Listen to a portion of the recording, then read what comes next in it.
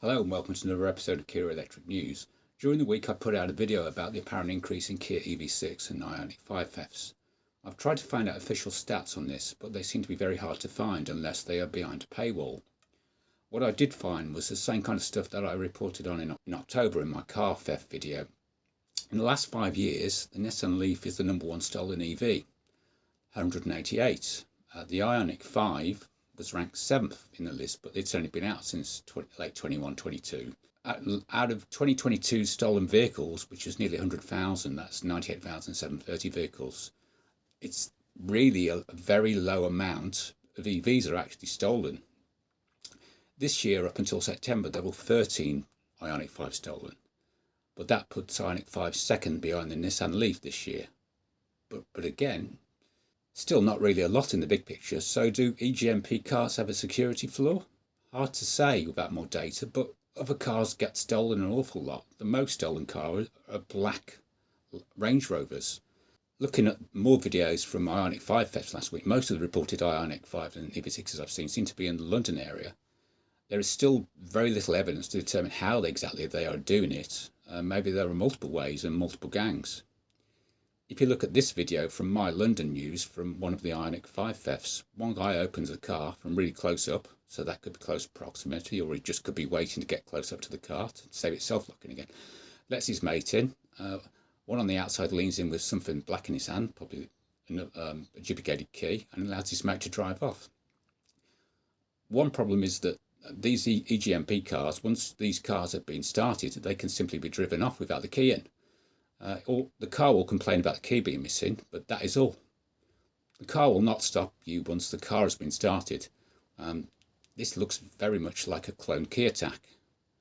It looks way too quick for an OBD device to be plugged in to start it as well. So other Ioniq 5 theft reports them carrying a Game Boy-like device and then plugging in an OBD device to start it, and some reports of them checking the number plate. So there's lots of differing evidence here before you can conclude there's a problem with Hyundai Group cars. We need more information to figure out what's going on. But in the meantime, if you've not seen my video from last Wednesday on how to protect your car, then it's up there. You can now pre-register your interest in the Kia EV3 on the Kia UK website and probably other websites around the world. This points to the Kia EV3 being available late 2024 as an NY25 model, as previously mentioned. And I'll put the link in the description along with all the other links. On various UK Facebook groups this week, I've seen reports that the Kia EV9 demonstration vehicles have started to be delivered in the UK. I hope to test one early in the new year, so fingers crossed, I'll get my hands on one. On the subject of Kia EV9s, Kia has done a big year-end discounts on the Kia EV9 in South Korea to stimulate sales, according to Korean Car Blog. And this is a bit early, but I've also heard that it's not that fast a selling vehicle because it's not the kind of market where you'd sell a big SUV electric car. So we'll see if we get any price reductions over here, but I doubt it very much. I've been informed that Octopus Electroverse is now up and running in most of Europe, thanks to one of my viewers in the comments. I wasn't aware of this, and that means that you can drive from the UK and around Europe and use the same payment card. It's an RFID card. That's what you get. In the UK, I use mine to pay for my charging at most major charging networks and also receive a discount.